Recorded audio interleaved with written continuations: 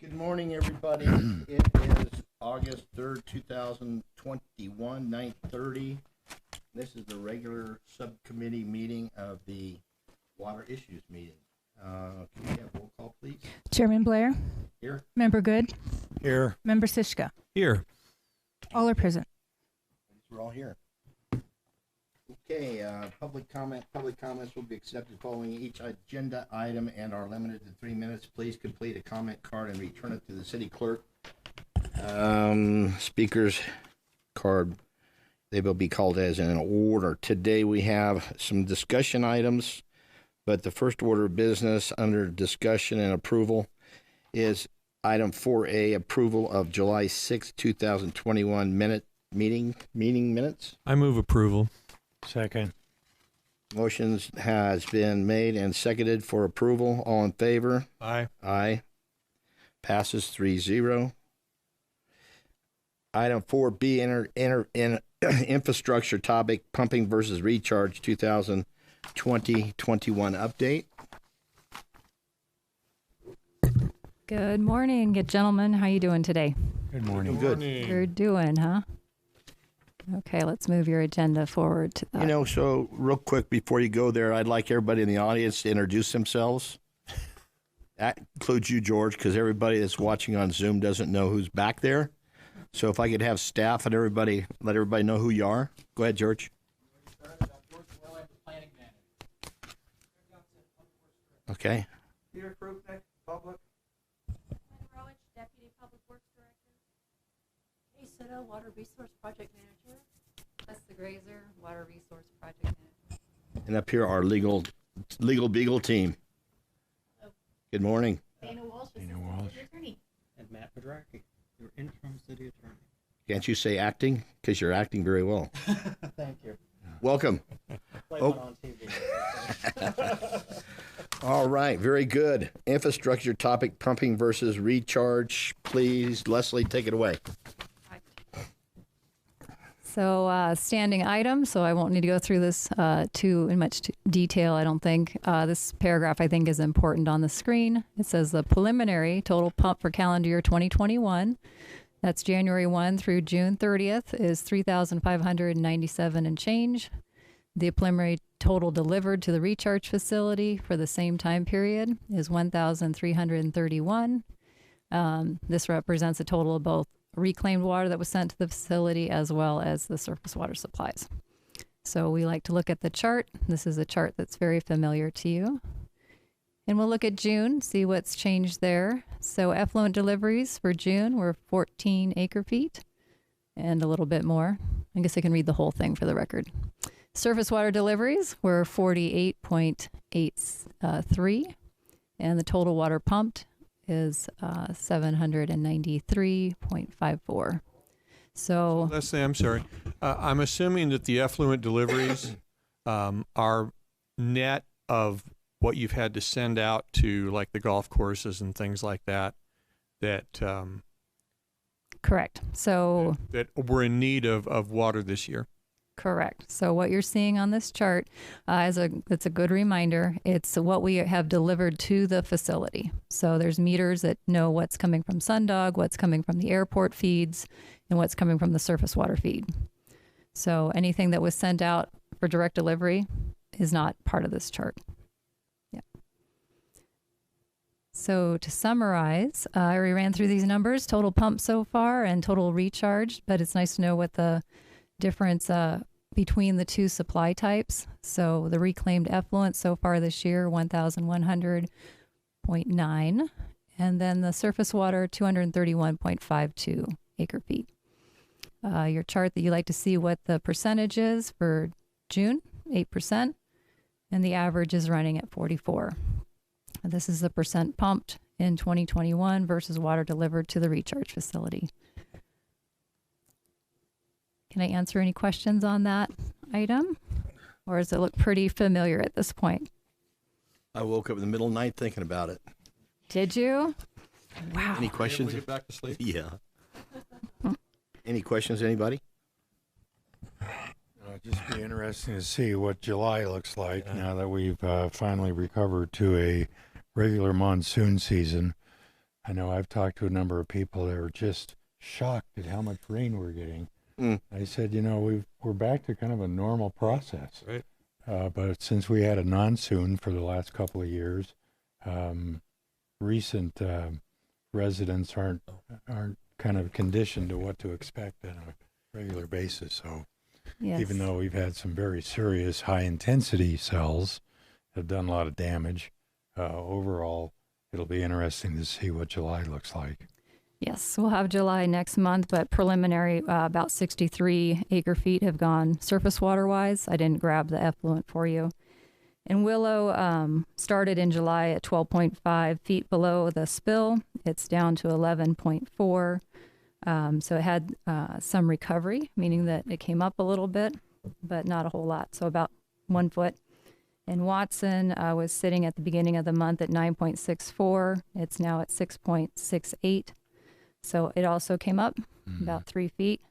Both are still below their conservation pool that the city likes to keep. So big flashy storms, but some headroom to make up. Excuse me, Leslie. I'm assuming that Willow comes up a lot slower from these Smaller figures. watershed From a delivers typical that. historic standpoint. It's capturing a smaller watershed area.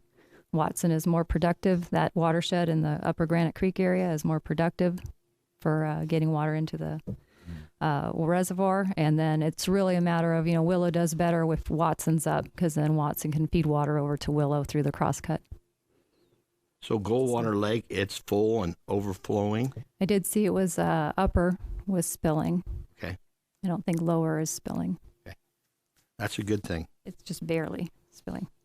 Okay. Well, I Okay. know the wildlife and the ranchers are happy. All the earthen tanks out in Williamson Valley and Big Chino are full, so that's good.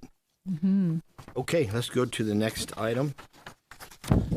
Item C, infrastructure topic, water production in Chino Valley versus airport areas. Okay, this is a topic that you'd asked to have put on the agenda a while back, and so we put together the data and looked at it fairly carefully. I think the whole memo is actually worth reading through to get everybody on the same page and to know where we've been. So the presentation on groundwater pumping that occurs in the Chino Valley area and the airport area. There'll also be a general overview with a PowerPoint of the groundwater system and the pumping that has occurred since 2007. So the last couple slides in the PowerPoint will get at the meat of it, but it's kind of like hydrogeology 101 this morning, just so that we all start in the same place. The background on this, staff was directed to make a possible new standing item. So maybe you can tell me after this if you want to see this on a regular basis and what regularity that might be. In the 1940s, the city began acquiring wells in the Chino Valley area due to existing supplies from both in-city limits wells and the treatment of surface water supplies having ongoing challenges to meet demand and or having water quality requirements that couldn't be met on a regular basis. The city's Chino Valley well field has been providing consistent water supplies since before the town of Chino Valley was incorporated. So Chino Valley was incorporated in the 1970, actually 1970 flat, not 70s. And the city was out pumping in that area in the 40s. Today, the city operates 5 production wells in the Chino Valley area with regulatory changes that commenced with the 1980 Groundwater Management Act and later in 1998 with a declaration of the area being out of safe yield, meaning more water was being pumped than was naturally recharging, naturally or artificially recharging. The Department of Water Resources requires that the city distribute their pumping. And so our previous DNO in 2005 recommended 2 wells in the airport area that would be closer to where the city was recharging. So we do have Airport 2, Airport 3, and now Airport 5, and we'll look at that a little bit today. Question. Yes, sir. How come we skipped 1 and 4? We can talk about that. Let's get into the PowerPoint, and I think we can get to that because I'll have a picture. I think that will be helpful. Let me go ahead and open a PowerPoint.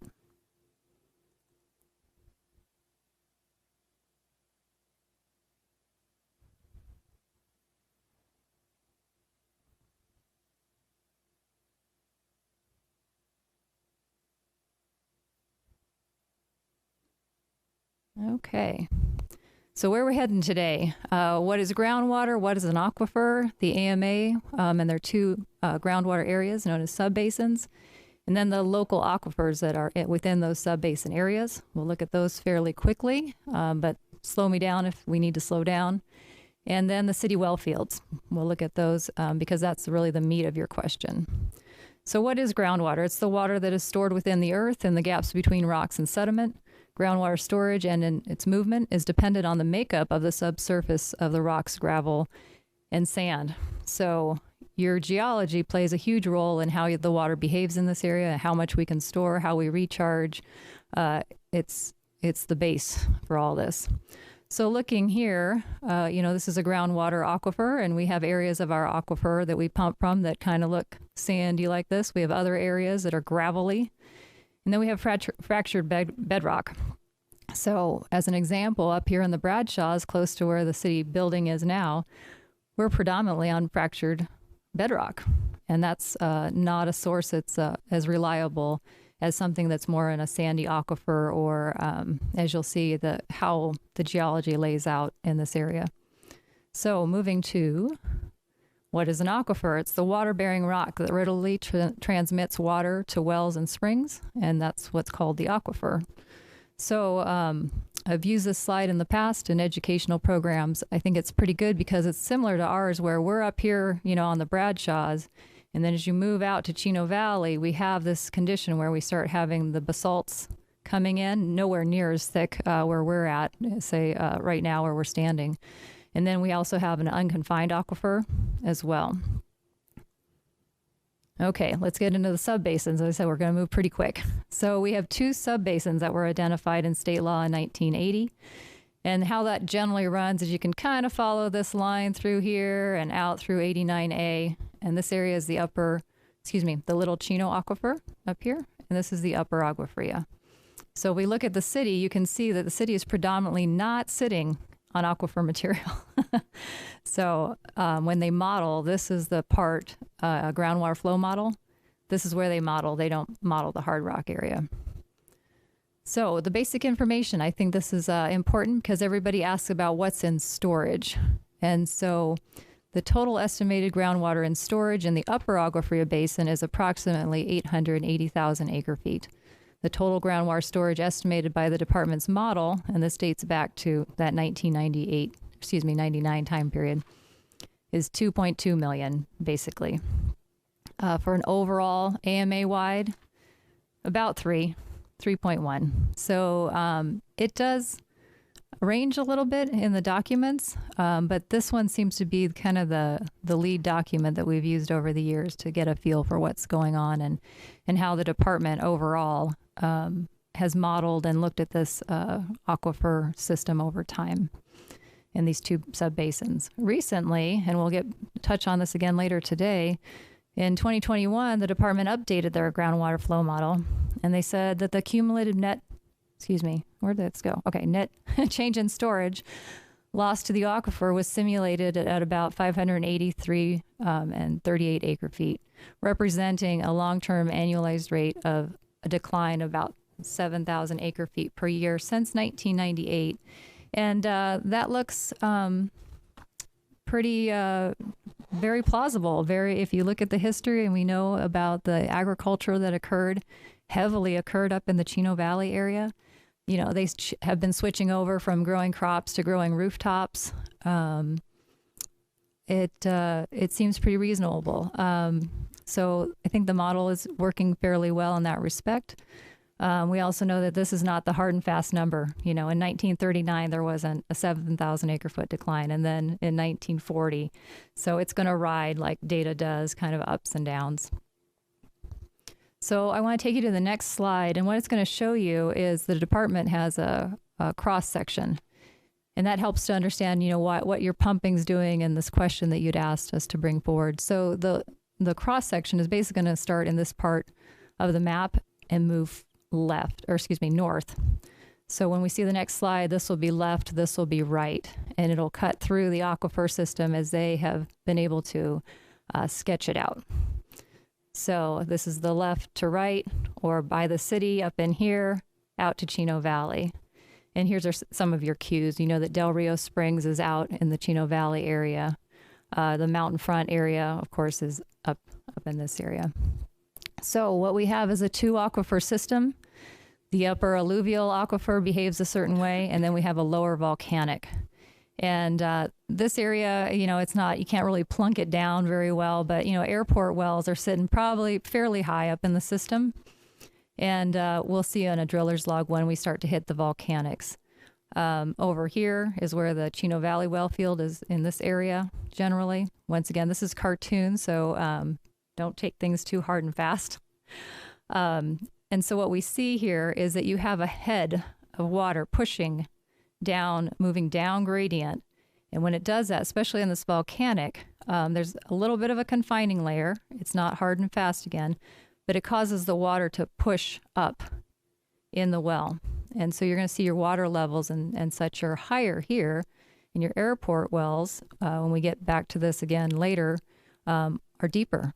And so sometimes it doesn't make sense, right, until you look at a geology cross-section and understand what it's doing. So here again, not hard and fast, but generally this is what it looks like. You have an upper alluvial unit and a lower volcanic, and both of those are modeled within this area that the department looks at to see how water supplies are doing. Okay, now we get to the Chino well field. So you have 5 production wells in this area. The depths of the well themselves range from 535 feet to 690. Their pumping capacities have a pretty large range, 850 to 3,100 gallons per minute.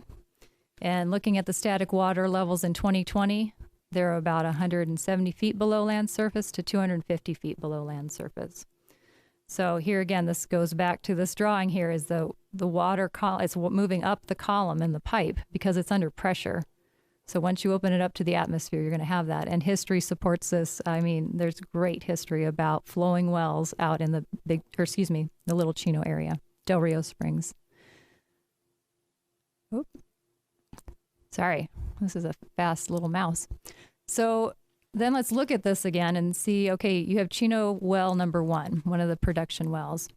So this well's depth was reduced to 625. It shows in the old driller's log. So this one's a pretty old log, 700 feet.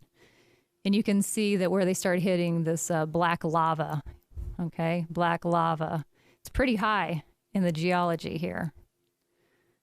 So this one did get kind of cleaned up, had some cement that was put in, a plug, and so really it's at 625 now. And this goes back to 1941 or 47. So why are we talking about this? Just so you get a lay of the cross section, the geology, what's happening, and why pumping happens in certain areas and water levels. So now we get to the airport well field, and we can get back to your question, Councilman Blair. So the basics on this, there are 3 production wells in this portion. So this is let's start.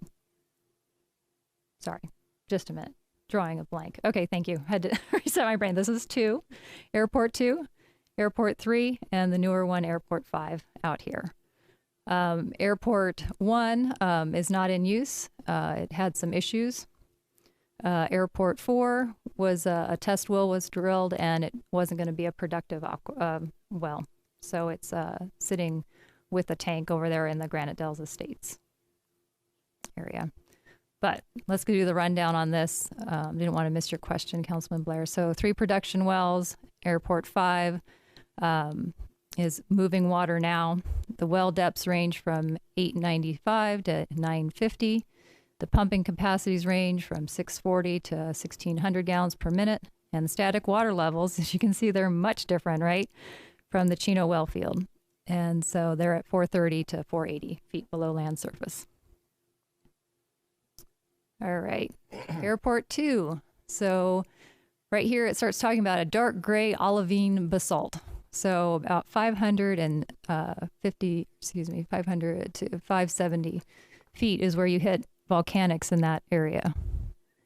And really, if we back up to help make this point, you know, the wells aren't going to necessarily be highly productive in the volcanics. It's going to help, but the head is pushing this way. So it's kind of just grabbing what's going by.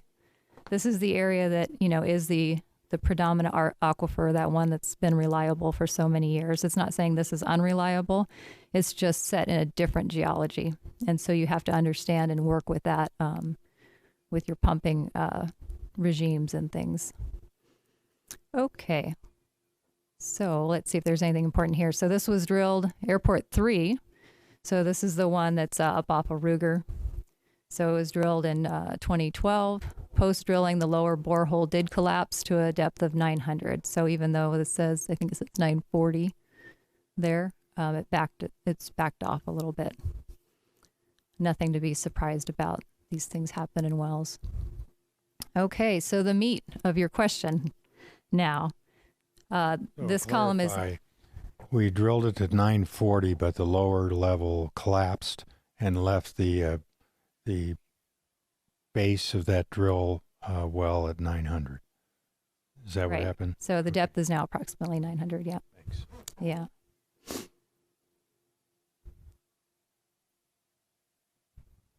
Okay. So we have data starting at 2008 for this purpose today. Of course, we have data going much further back, but we wanted to start showing you when the airport well field started to come into use and what it's done over time. So here again, we can go back to 2008 and see that 7,375 acre feet were produced. This is all coming off of the city's annual reports, and that all comes from the daily collection of information by the Public Works operations teams. So I'll just let you look at that, but I think it's pretty straightforward. We're ramping up, the city's ramping up the use of the airport well field over time. So this totals, and we'll see this on the next slide. Leslie, just curious on 2019. All those other numbers are right around 6,400, but 2019 it dropped down to 5,944. Is there any significance to that reduction? I don't think I have something off the top of my head. I could look at it.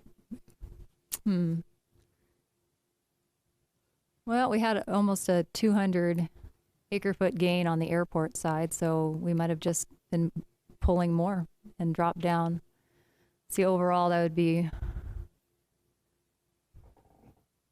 I don't know. Just kind of. When did well number 5 hit? That came in April of this year. So that's not showing. No. Let me look at that and see if there's a good explanation. I don't want to wing something and say, it was probably, Yeah, But let me follow up and see what we were doing. Stood out to me when I was looking at it. Yeah. Well, I don't know what our conditions were that would have changed that. Make it look a little bit different. But I think that was something everybody was excited about, was like, look, we're pumping less there. And then in 2020, we've gone up a little bit. In 2021, we'll probably go up and pumping again. All right, so this is going to sum these two, and we'll move to the next slide, 7,479 acre feet. And I thought it would be helpful. We just pulled directly from the annual report. So the two well fields totaled this for 2020. And then you can see how it gets spread out a little bit. Airport 2 pulled more than Airport 3 last year. And then if we go to the Chino well field here, you can see that the dominant well was this one, number 4. And then it follows pretty closely by 3 others. And number 1 was had some work going on it, so it wasn't being used last year. So it'll come back, and you'll see numbers in the future. So that's the quick rundown of this topic. Leslie, And yes, can you sir. go back to the previous slide. Sure. Thank you. One of the things that I'm noticing is that we have pretty much static production levels. Even when you add the airport wells in total, you look at 73, 75 in 2008, and then about, not exactly, but about the same in 2020. Even though population has probably gone up, not substantially, but certainly a fair amount. Yeah. There doesn't seem to be that much difference year to year. Yep, you can read that. I think, yeah, we hit like say 2017 to 2018. We see a little bit more on the Chino side, but yeah, I think that, we went through an economic downturn, and then we have gains that we make through conservation measures. We make gains through tightening up the system. So there's a whole range of things that go into, what your pumping is going to look like. Yeah, it just surprises me that, looking at all the variables that have happened over those years to basically have static pumping levels. Yeah, and it's hard to say, with the demographics and what happens. I had 3 vacant houses around me for quite a long time, and now those are all filled again, except for one, actually, now I think about it. So anyways, yeah, many variables. Thank you So for doing that. What do we have a number? Or maybe Craig knows it, but we changed out the water meters. We've changed out a lot of the lines. We've stopped a bunch of leakage in the system. Do we have a number of what that might be that's attributed to some of this? you may take the lost and unaccounted for number. That's the one that seems to. Would you like to use that one? Previously, we've also talked about the reduction in residential use from 2006 going forward. And as if you remember, that reduced by 26% or 23%. It's one of those numbers, but yeah, from Be in that ballpark. 2006 forward for the next 10 years, the average annual residential use dropped by between 23 and 26%. That's a good number for everybody to hear. And that water conservation and doing what we do on our own lines as far as maintenance. This is something the public doesn't see, is how much money we spend on water production and water line replacement, as well as new valves and new meters. And based upon using that number, that's a huge number when you look at it overall in those years. So thank you. Appreciate it. Thank you, Leslie. Thanks, Sure. Leslie. Any other Any other questions on questions? this one? The exit Mr. slideshow. Krupnik, you're more than welcome to have my handouts when we're done. Thank you. I'll just ask for another set. Okay. Okay. Is that item wrapped up there, Leslie, on That C, and we're is. moving to D? Yes, sir. Okay, focus topic, decision and order modification presentation. And again, that's Leslie. Thank you. You're welcome. Okay, so bits in the memo I think are important. So this DNO modification process, what we're bringing this to you every couple months so you can be aware of what's happening, because you'll want to have the background and some of those quick pieces of information when we actually file this application. It starts going through that review process at the department. So February 2nd is when I spoke to you about the process itself, so you'd feel comfortable with that. Then in April, your April 6th meeting, the requirements of the application. So we went through the application and the different components and why we have 3 consultants on this project that focus on groundwater modeling, another one that's the overall that has led the city before through their DNO modifications and their administrative hearings and things like that, and then another one that's legal heavy that we've had for many years, Mike Pierce, that has been your guidance for many years. So he was brought back for this project. And then in June, we talked about it again, and we looked at the demand estimates because it was really important to understand current, committed, and projected. And we walked through those very carefully, and we actually had Herb come up and speak to you about those. So today, you're stuck with me. We didn't bring one of the consultants in. So we're going to look at the updated timeline and where we're heading, because we're about to head into a pre-application meeting with the state. So let me move back to a PowerPoint again. So you have the quick info on this. Leslie, the pre-application meeting is to kind of establish the ground rules. It starts kind of that communication process so that they know when you're coming, what you're coming with, what your needs might be. So it's an opportunity to have some back and forth on things that you might have questions on. So I think I actually started back in January. I contacted them. So we we gave them a heads up even before, is that we're looking to meet our requirement in our DNO. Let's start talking, because I wanted to know who I had on their team that I was going to be working with and how our communication was going to go. And so far, it's been very smooth. You know, we know who the point person is on their assured water supply team. We know their point person on their groundwater team, and we know, what it's going to look like. So we're looking forward to meeting with them in August. Yep. Could you explain before you move on what the worm is and how it was established? Sure, and we'll go through that a little bit in here too, as a reminder. I just think the public that's listening, we use acronyms and Yes. different things and why we got to where we're at, and I think it's a good idea to lay that out, what that means. Okay. Thank you. So I'll provide a quick history and then get going on this PowerPoint. So the water resource management model, as we know it now, was originally termed the long-term management tool. And I had asked to have that built many years ago. We were in an economic downturn, but I knew that the city's would have to move into modifying their assured water supply at some point based on the document, the timetables and the timelines. And it included when Big Chino was coming in and when it, all these different variables. But you can make a lot cleaner and supportable and defendable position or statements and have maybe less of a review time at the department if you have your stuff in order. So that's what we did with this long-term management tool, now known as the worm. Is I was asking that we load everything that we knew so that we could look at it, through GIS. We could find the holes, we could fill gaps of the holes that we found, things of that nature. And really it was to look at us not only for this DNO, so we'd have ourselves in order there, but to look long term and look. But we update that science based upon our numbers all the time, do we not? What's feeding is the billing data. So that is a once a year update. Okay. Yep.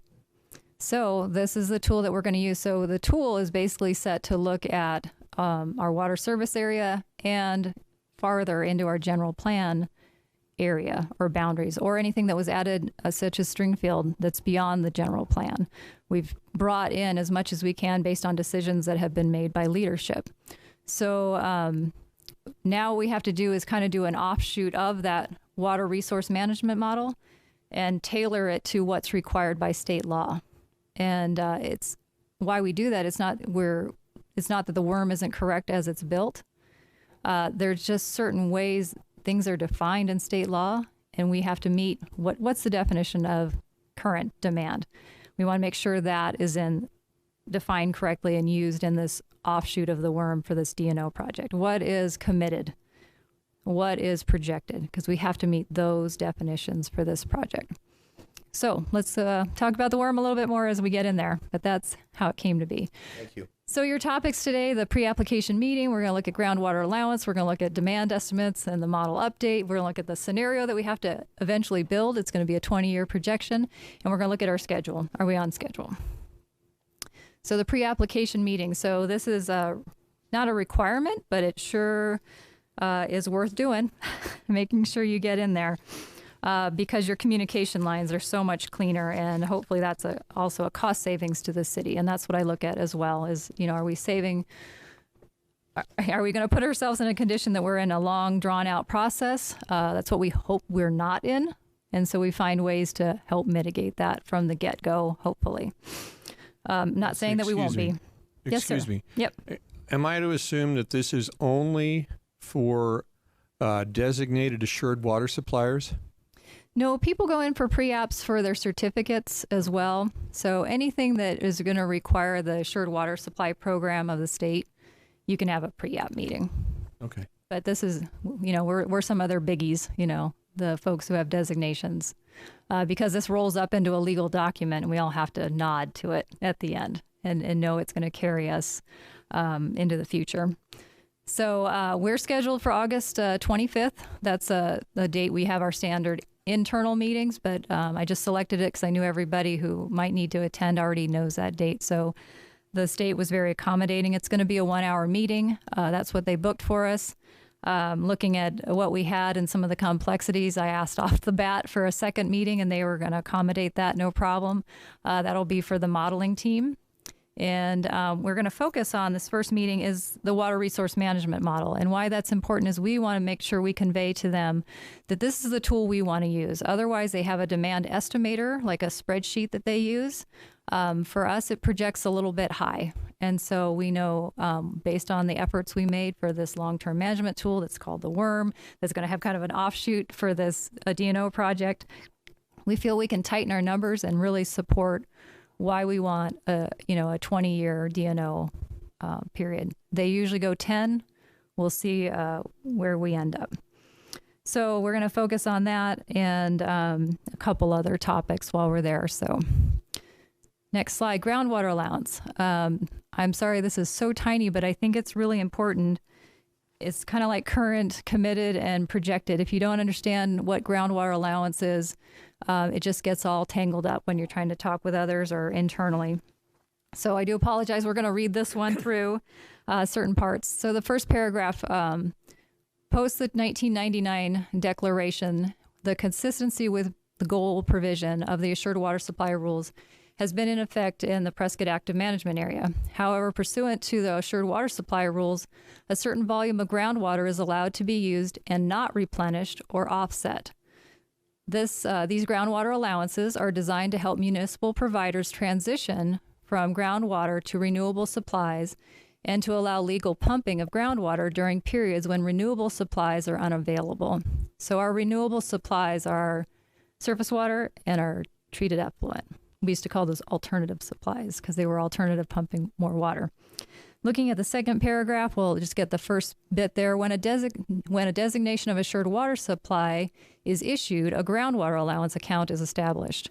ADWR may credit additional allowable groundwater to these accounts under certain conditions. And these are some of those conditions are within our current DNO. And those are the ones we're going to try to fulfill with the information we have to get those additional groundwater allowance pieces that we know we need for this area and that state law says you can have. So looking at the last paragraph, basically last sentence, groundwater use reported pursuant to the water providers or subdivision's allowable groundwater volume is considered consistent with the management goal of the AMA and is not required to be replenished, but physically contributes to the overdraft. And so what does that all mean? So what it's saying is that we have a component, the management goal of this area is safe yield. They want to help us reach that. But what they're saying is that when you have groundwater allowance added, you're still going to be pulling more against the aquifer. So even though they're saying, yeah, I will allow you that, it's because it's in state law, but it is going to draw against the aquifer itself. So let's look at these pieces. Oh, nope, we got a little bit more because I think it's also important when these questions come up because it'll pop up as we go through this DNO. So the formulas for calculation of providers' groundwater allowance were not developed with strict adherence to the physical availability of groundwater in the AMAs. The assured water supplies do not specify when a designated provider's groundwater allowance may be used. Most water providers use their groundwater allowance sparingly, implementing a strategy of saving it for times of renewable supply shortage when they must increase their pumping to meet demand. Perhaps the most prudent strategy is to avoid the use of groundwater allowance altogether. Although use of the groundwater allowance is permitted under the assured water supply rules and not regulated, this use has an impact on the aquifer. So let's dig into what this looks like in this DNO, because we've had to break this down. And this is, KCITO has this component, and it goes right into a couple parts of this application. So first, they say, okay, what is your groundwater allowance? Kind of like your base block. And it talks about your highest groundwater withdrawn in the service area from 1995 to 1998 multiplied by 100 years. So that number is fixed. We're not going to be moving that number at all. That is a fixed number based on how it reads in state law. But what we are going to look at is the replacement of permanent water service by the city. So that means if there is a private well owner and they have come in and we had a contract for them or whatever the mechanism was through all these years that meets the requirement, being that the well had to be in existence on or before August 21, 1998, if we move that well into an abandoned position and we start serving that property, the city can add half an acre foot to their groundwater allowance. So that work is in progress right now through mapping exercises and other things that will help us nail it as close as we can. The next one is the preliminary plats that have been approved before August 1998. So this goes back to the plat rush, if you remember that terminology, meaning that when the area was declared as safe yield, there was a lot of activity across the AMA to plat. You only needed to get to a preliminary plat position with the city, and then they would allow that groundwater allowance once the final plat came in. And you had also statements about substantial conformance. So we're looking at all those things. And we'll look at this a little bit more with the next slide. And the last one is extinguishment credits. So if the city acquired extinguishment credits, which, you know, your big block came from Chino Valley Irrigation Area, district area, those folks that were willing to relinquish their groundwater, their irrigation grandfathered right, as part of the package when the city bought Watson and Willow water rights. So we're cross-checking this right now because I believe everything that the city had was already pledged in the last DNO. If we have anything that came in between, we're going to look at that and see if that, you know, just gets held or if we try to pledge that. But I don't think there's necessarily a large block. So part of the stuff we're looking through. So let's go back to the third bullet point on the next slide. A real good example of groundwater allowance is the Prescott Lakes master plan area.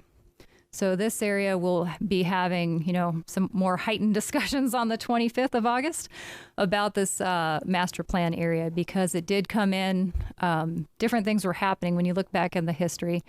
What we're going to see is generally this area, Pinnacle area here, that's all built, but we haven't received groundwater allowance for it. And we have other areas similar to that in this master plan area.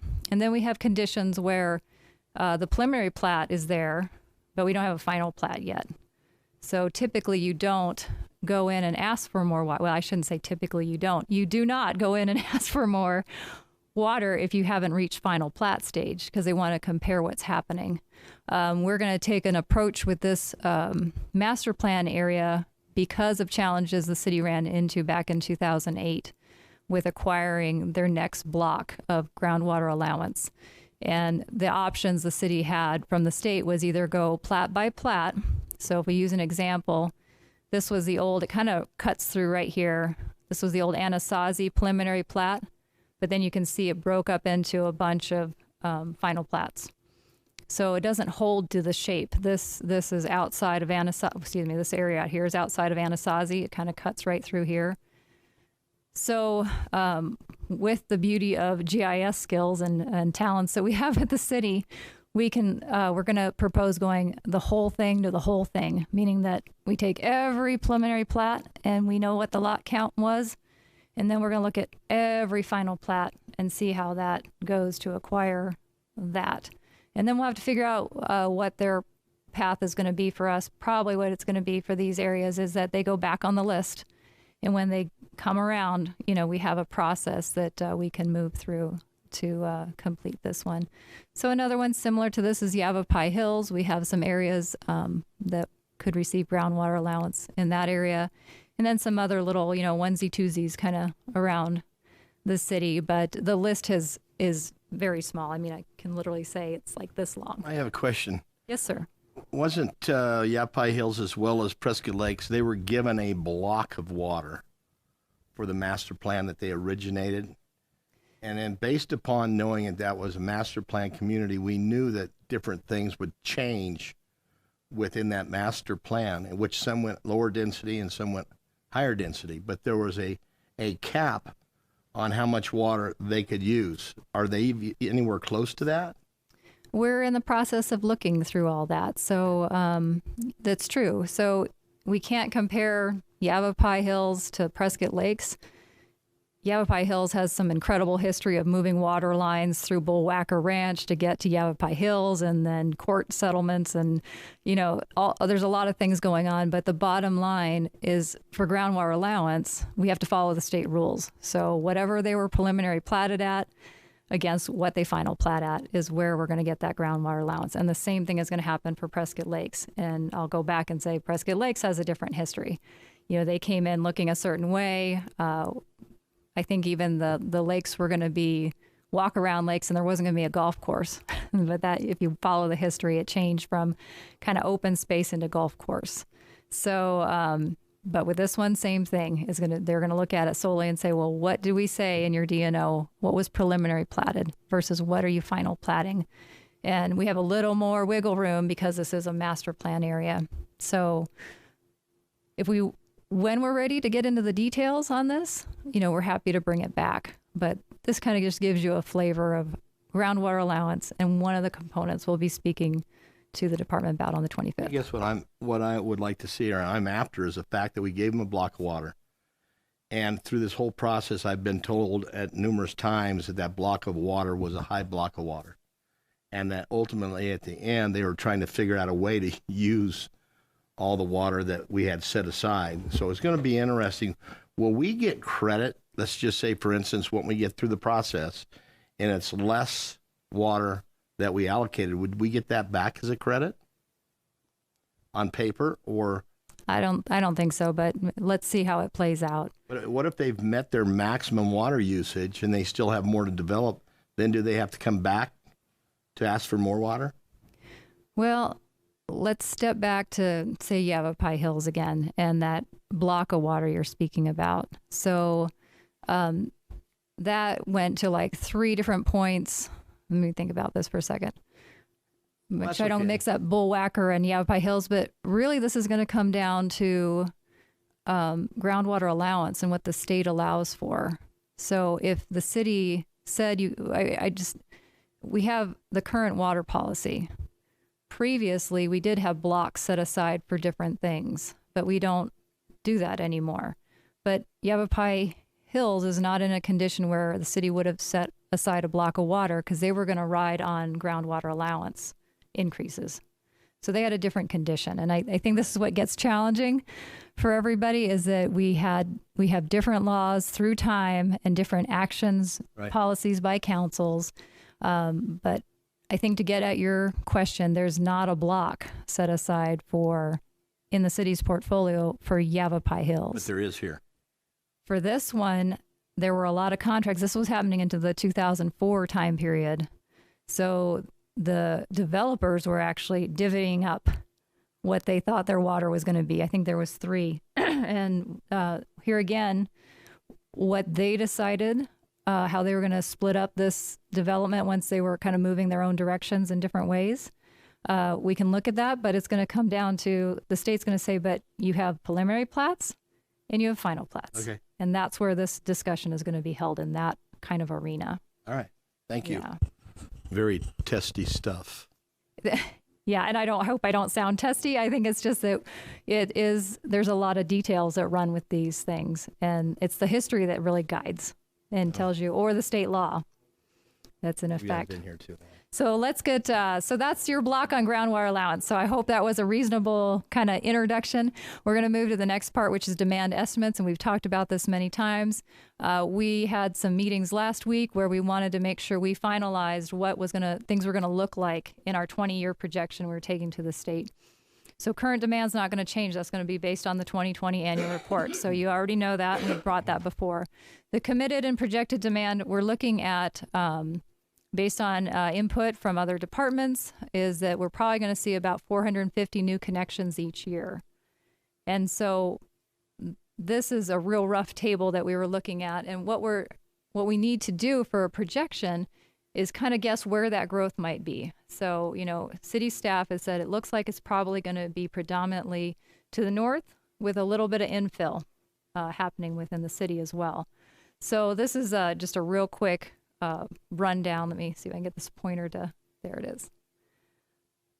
So we know what our existing is, how many accounts that is, and then we move into a next category where virtual, what that means is that we know in the model that we called it a virtual account. It's kind of like it's a committed. It's almost equal to the word committed in the state language. Is that we know it's platted, we know there's water lines, we know there's stub outs, there's everything there. And so we're just waiting. They're a virtual account. They're going to come online as soon as they build or whatever happens there. So we have a breakdown for those folks, and then we get into a next breakdown, and we have to kind of move through an entire thought process. And when we did that, everybody was nodding last week that this seemed like the direction we would probably see the city going. The beauty of having an electronic, a groundwater model, well, let me back up, a water resource model, because it's not necessarily taking into the groundwater physical system. The worm is something we can update and move, slider bars and say, didn't look like that. We've had a little bit change of trajectory here. So let's modify that in a scenario run and go with that into the future.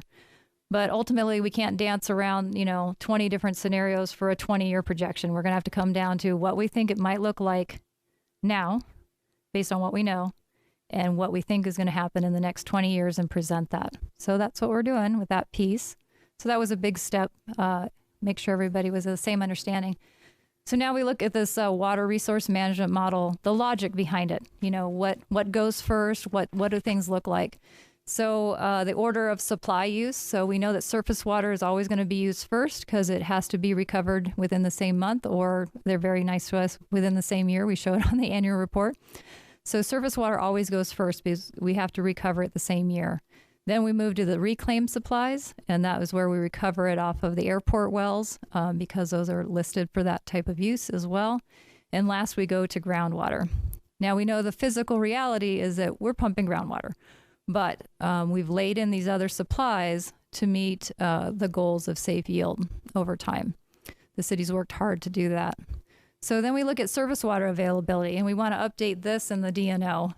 So we ran some numbers, and we were talking about 1,540 might be what we walk in with at the state. Currently, it's set at 1,391. We've had a little bit more communication through some older legal documents that we located the other day, and our consultant, Mr. Dishlip, is running this number one more time because we want to make sure we're really where we think we are. So you might see a change in that number. For the reclaim supply, we're looking at a 65% return flow for this modeling effort. And below reclaim supply, we know that we're going to be taking about 1,900 acre feet off the top for direct delivery. That's through our contracts at the golf courses, Hanson's, others that take it in various ways. So then we look at annual recovery. Annual recovery is speaking once again to the recovery at the airport wells. So if we put it down that year, we're telling the state on our annual reports that we're taking it right back out for use that same year. So don't bank it for us in our long-term storage account. So when the numbers were ran, we're right about 20% is what we're looking at, is what's going to be looked at into the future. From a recharge perspective, we need to have a % loss in there. So this is actually a pretty easy number to work up. I just haven't had a moment to do it. So I'll fill in that blank very shortly. And then once we have the recharge facility sorted out and how we're going to send that information to the state and defend what we're looking at into the future, we know that we have a non-recoverable for the Prop 400, and we also have a long-term storage account. So that is based on... let me back up one slide. Our demand planning is, if we know we're going to grow predominantly, there's going to be a heavy focus on those lands to the north that are part of that Prop 400, then we're going to also have to know that that goes into the non-recoverable account. If it goes into the long-term storage account, we can look at maybe pledging some of that water to our portfolio for use. The city has done it in the past. But the long-term storage account is an account you have to make sure you know what's going on. Do you have other commitments that you have to meet? Do you have commitments that you're planning to meet in the future? What's happening in the next 20 years with this long-term storage account? So LNU is what, lost and unrecoverable? Lost and unaccounted for? Unaccounted. Yeah. So then we also had to set the system at, you're pumping, but you're losing some of it at the same time. So, line breaks or some non-revenue water, if you can't figure out who's using it. And I think the system or the city hasn't had necessarily a problem here. It's been under 10% as required by state law. It continues to look for those leaks. It gets after leaks. It has a CIP plan to know when to go into different neighborhoods and fix things to keep this number down. But ultimately, we have to have a number for this process. And so we've all nodded at 8%, that we would hold 8% as the lost and unaccounted for waters through this 20-year projection. So got to keep moving because I have a few more slides and it's going to get long here. So this was key. So we were waiting for the Department of Water Resources to release its updated model because we felt like we had a chicken and the egg situation. If we started working on the older model for this project and they said, no, we want you to use the newer one, we were going to find ourselves paying a consultant to throw away stuff that they started, and we couldn't do that. So we waited because we wanted to see what would happen. So that affected our timeline a little bit, but I kind of explain it as they were running pretty fast in place and using their arms at the same time. So our consultant, having to run in place, they were also setting up model packages and things that they knew they would need. So they did everything they could while waiting for this. And so now it's released. It's generally ready to run. However, when the state released this model and its data files, it was missing some files. So our consultant identified that, and now it's been remedied. So ours isn't the only consultant who's using this model. So they reissued the model packages out. They did an analysis, and it revealed that there were some corrections needed. So I'll show you that on the next slide. And they're working closely with ADWR. And so as they're getting these corrections and getting things ready for model runs for us, so this model is looking at the physical system because we have to show that, our demands and everybody else's in the AMA is not going to have, what kind of impacts may it have. So that's why you have to tie your DNO back to a physical groundwater model. Let me see, where are we at here? So what we're looking at is they're going to make the fixes. They're in the process now. That's probably going to be 2 to 3 weeks. Then they're going to add in the 100-year aspect to it of what's going on in our area. And then they can run our assured water supply run, which is the 20-year projection. Let's move to the next slide. So an example, so this is what, data does for you, is that they looked at these model packages, and in the pumping packages, they showed what was reported over time across the AMA. So those are the orange bars, and how the model simulates that, that pretty hard data point. And it goes up and down. And so our consultant pointed out, you are going to see this headroom because you also have exempt wells in the mix, but those don't come in and they don't report. So you have to make an estimate for what that looks like. But then you see the model went, a little crazy there. So that's the fix. And so thankfully we have a very good modeling team, and they, dug into it and laid it out on paper and said, okay, everything's looking pretty good, but there's something amiss in the pumping package from the state. What's going on here? And so they're well into that conversation. So I'm not concerned, but I wanted to show you examples of, why do these things take time? Why do we have, why are we paying for a consultant? Because you don't have a full-time modeler on staff, and you wouldn't want one. I mean, that's just too deep into the bench for a city. So we're just about wrapping up here. This is the scenario. So what we're going to do, it breaks down pretty simply, is that we're going to have to fill in the blanks for the groundwater model team based on what we compile in the worm and turn it over to them. And then they'll run that scenario, and we'll see how that looks for that 20-year time period. And the final slide. So schedule, we're still, I would say we're on schedule.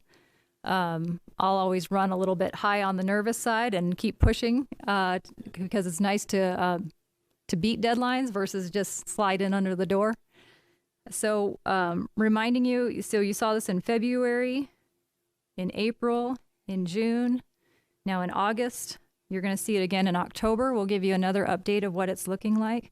And we can also give an update in December.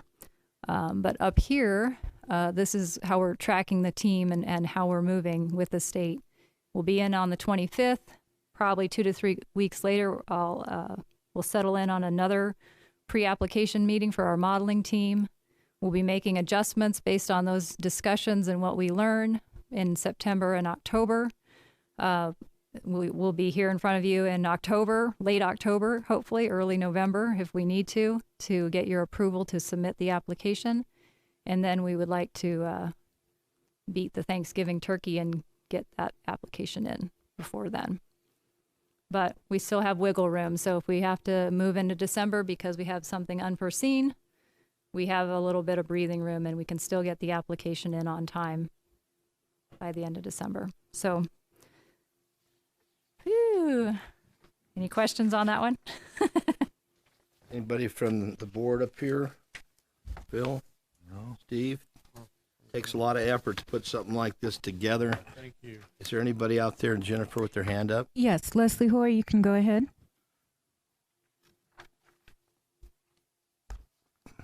Okay, good morning. I have a question for Leslie. At the June 1st Water Issues Subcommittee meeting, when Herb gave his presentation on demand, and I asked a question about the overdraft, and he said that there would be presentation on the supplies. And I've been waiting anxiously for that. And I'm wondering, is that still coming? Can I Go can we right ahead. Ned? Okay. So I'm gonna have to think about that. Okay. I'm trying to make the connection of what he might have been thinking. So I think what he was saying when the question of overdraft came up, we were waiting to see how the modeling team brought the information into the groundwater flow model, because that's what's going to speak to this overdraft question. So, yes, I think that is still a forthcoming discussion, pending what we can put on agenda when and what its status is. If it's a draft status, we might not be having it in front here, but we need a few more steps to get through to answer your question, Leslie. wanna We make need sure to we- have our modeling team actually have the model up and running with our scenario in it before we can look at that question. We got to and make answer sure it. we have all the numbers right before we do that, correct? We have to have a running model with our scenario in it. Does that answer your question, Leslie? Yes, I guess I'm disappointed, but it answers my question. Thank Just you. excited to get it done, aren't you? We don't have anything to present at this time if the Okay. modeling team is just getting fixes done, the 100-year piece in, and a scenario, so we can't address it yet. Well, thank you for all your time and effort. Anybody from the public? Mr. Krupnick. Just a couple of quick questions, if I may. These pre-application meetings, will they be open to the public? I don't think this one, no. Yeah, I don't think they require an open, sorry, I'm not at the mic. I don't think there's an open meeting law requirement. So the city's going in with draft discussions and they're having draft discussions with us. But I can report outcomes at our next meeting, which Okay. would be part of what we do, to keep everybody aware of what we were doing, at that time. I think that'd be important not only for us and the public, but for staff, somebody that's not actually at the meeting. So thank you. Okay, and another quick one. You're planning for a committed demand projections of 450 new connections per year.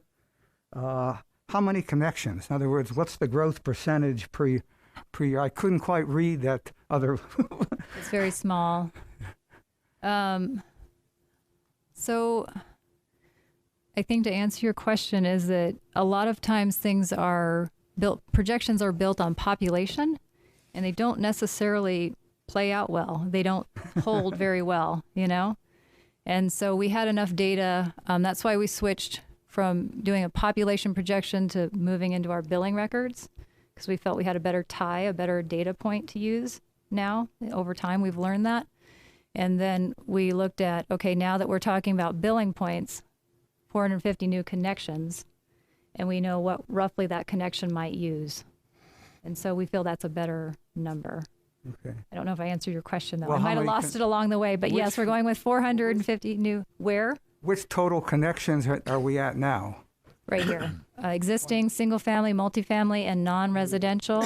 24,000. Right. 775 is what 775. is in the model.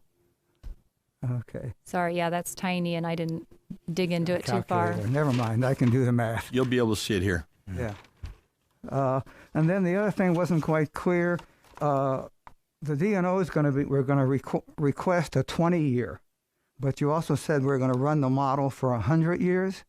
What's The assured water supply is based on 100-year, and so we have to run the groundwater model showing the whole look. yeah?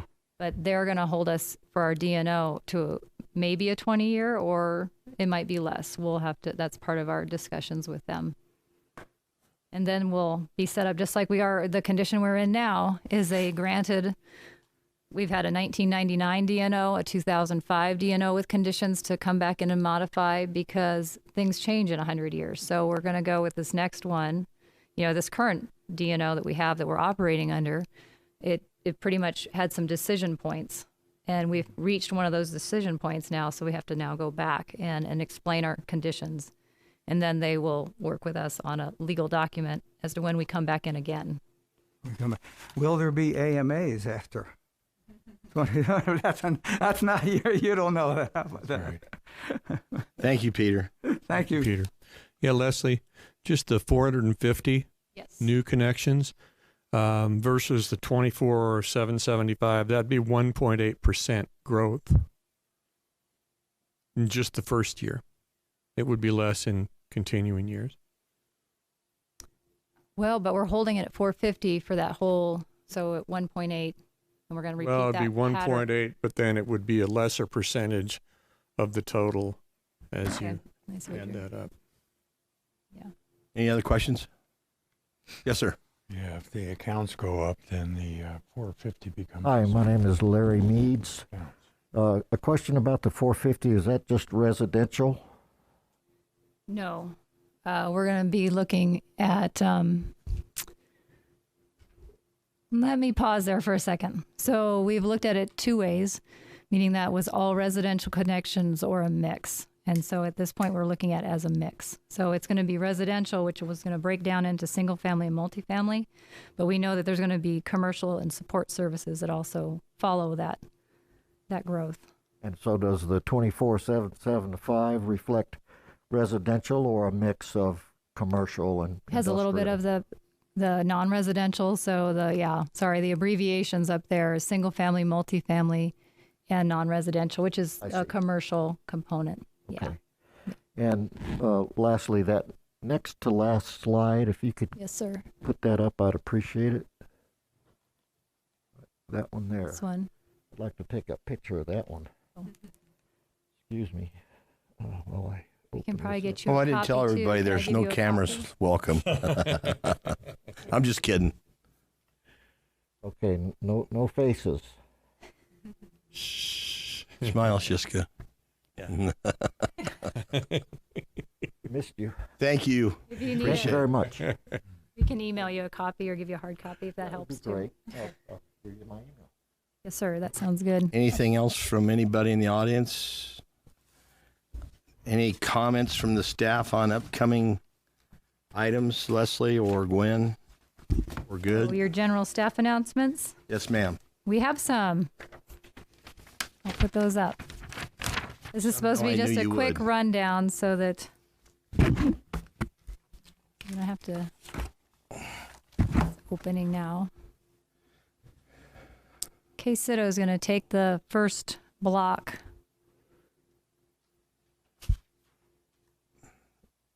Oh, look at that. The old dog learned new tricks. Okay.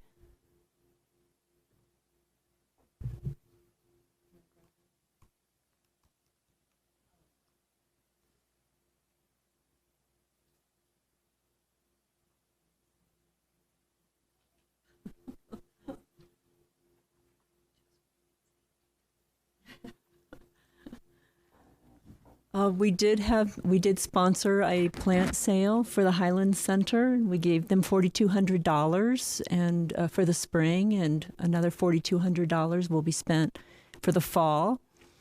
And we had 100 goodie bags that we passed out that had all kinds of information that included our rebate program brochure, information about landscaping tips, and lots of fun little goodies inside those bags. There were 100 of them, and they did distribute all of them. I forget the exact number of plants that were sold, but I think it was close to 2,000. Do we have any idea who those goodie bags and plants go to, whether they're residents of the city or the county, or do we care? Well, they did it online. People signed up online, and I don't have the information of how many people were from the city and how many were county. I don't know what the distribution of that was. I'm just curious because we talk about water-saving plants all the time in the city of Prescott, so it would be nice to know we're spending city of Prescott taxpayer money, and we're putting that into the city of Prescott where our water service areas are. So maybe next time we could at least, they don't have to answer the question, but at least we should ask the question. Okay, I can do that. Yes. Thank you. Okay. Oh, and I forgot to introduce myself. I am Kay Sitta with the City of Prescott. Let's see. Oh, yes, we also, Leslie Grazer and I, we did 2 new radio ads. I haven't heard them on the radio yet. I don't listen to those stations, but they went off really well. They were 30 seconds each. And one was about time of day watering, and another one about our rebate for turf removal. And the third item, I wanted to let you know that we paid an $800 for an ad in the Yavapai County Contractors Association. Mm-hmm. It's a Building Yavapai brochure. It's not a brochure. It's actually a huge, with lots of information. And I made copies of the ads if anyone's interested in seeing what it looks like. And we asked that it be placed next to an article about low flow toilets and washing machine efficiency, and they did that. And it starts on the left-hand side of the page, and then the article continues on the next page. And we've got our beautiful blue ad there in the middle. So, thank you. You're welcome. Nicely done, and I've heard both ads, and I thought they were very well done. Oh, great. Thank you.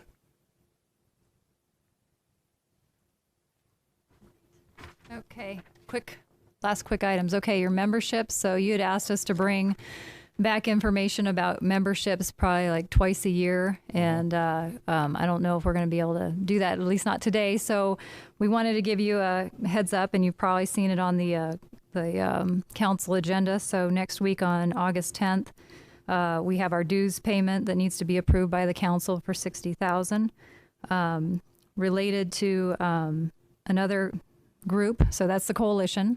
That's your Upper Verde Water Protection Coalition group. Your other group that we have membership in is NAMWA, the Northern Arizona Municipal Water Users Association. So as you recall, Chairman Blair, you were voted in as chair for that, and I was voted in as TAC. So Prescott's running. We're in trouble. We're in trouble. Yeah, no, we're running the banner around this time. I have a question to ask you because we're here live, and you have 3 councilmen sitting here.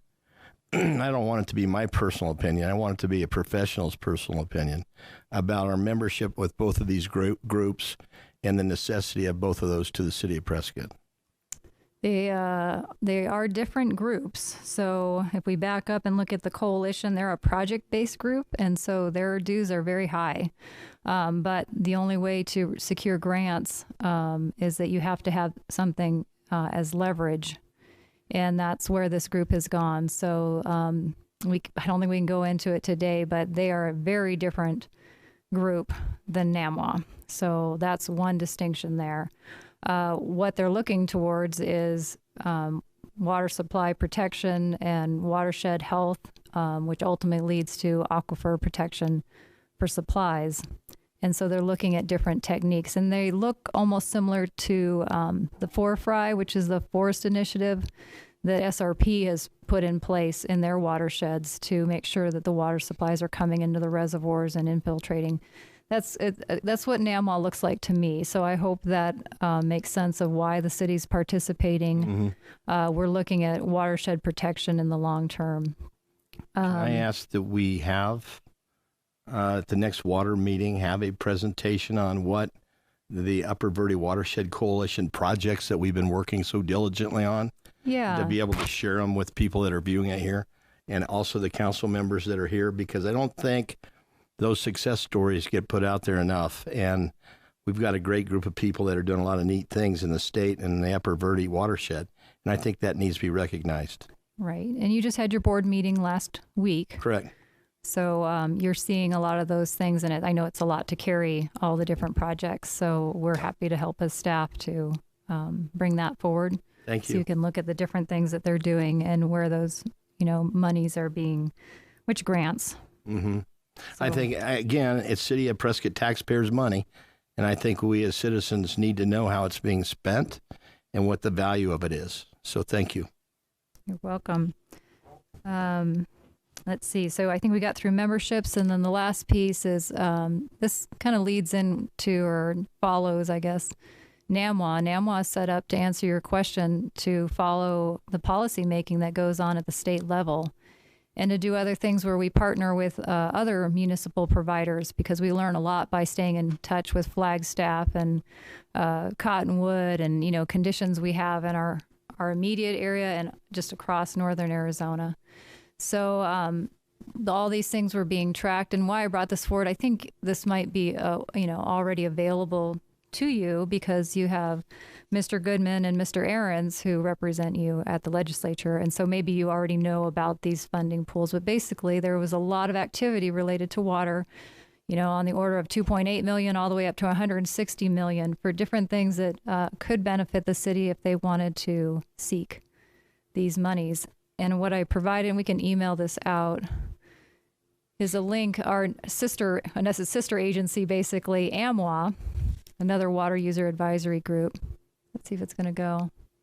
Can you tell people what NAMWA represents or means? Northern Arizona. What partners are involved in it? Yeah, Northern Arizona Municipal Water Users Association. So it has the providers in this local area, Town of Chino, Prescott Valley, ourselves. It goes over into Cottonwood, Clarkdale, Camp Verde. Sometimes we have a representative there. Arizona Water Company, who serves a lot of the smaller unincorporated areas. City of Sedona's on board, Flagstaff, and I feel like I'm missing somebody, so I'll apologize to them at the next board meeting. Sometimes Williams and sometimes Payson. Right. Both have stepped out, but with Ron Doba, him and I are talking about reaching out to those people again and looking at partnerships, because it might be more feasible in this virtual world that we're working in, where they can zoom in and be part of the group. It's just the travel time. As you know, all the years we did that, Councilman Blair, we were on the road a lot. We were. So it was fun because I was with you. Oh.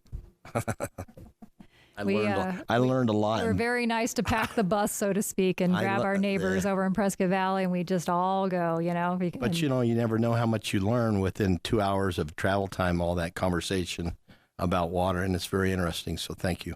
Okay, I'm glad we didn't hurt anybody in the process of having too much water talk all the way to Payson for you and the council member from Prescott Valley.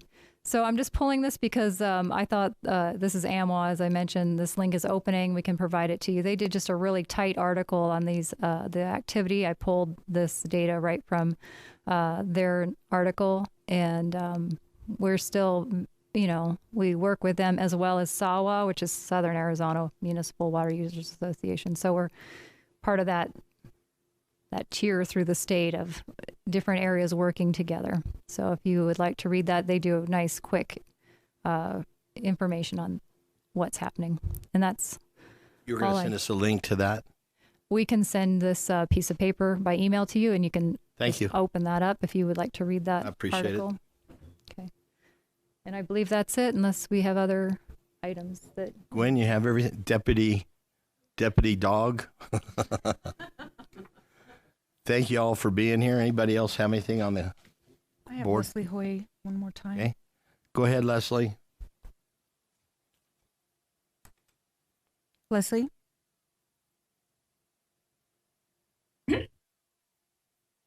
She's just wanting to let us know. Okay, I'm here. The other day I attended the Upper Verde Watershed Protection Coalition board meeting along with Leslie and Kay and Councilman Blair.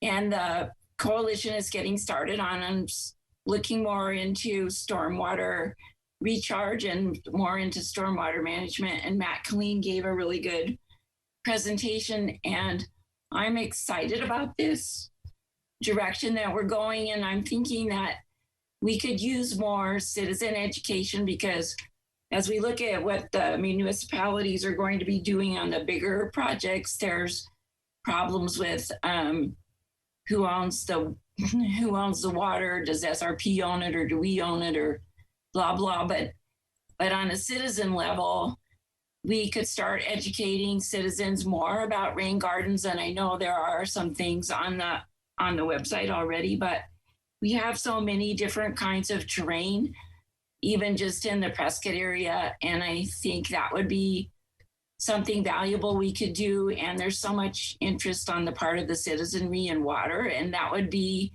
a new and exciting thing and useful thing that we could do in the different areas. And then we maybe could look at trying to help Prescott Valley figure out some things with their clay soil and other kinds of areas around the area. So Thank that's you, my Leslie. take I'm on glad that. you were there. And have a good day. Anybody else? Okay. Going once, going twice. Thank you, everybody, for showing up. Thank you, staff. Thank you, members. And this meeting is adjourned.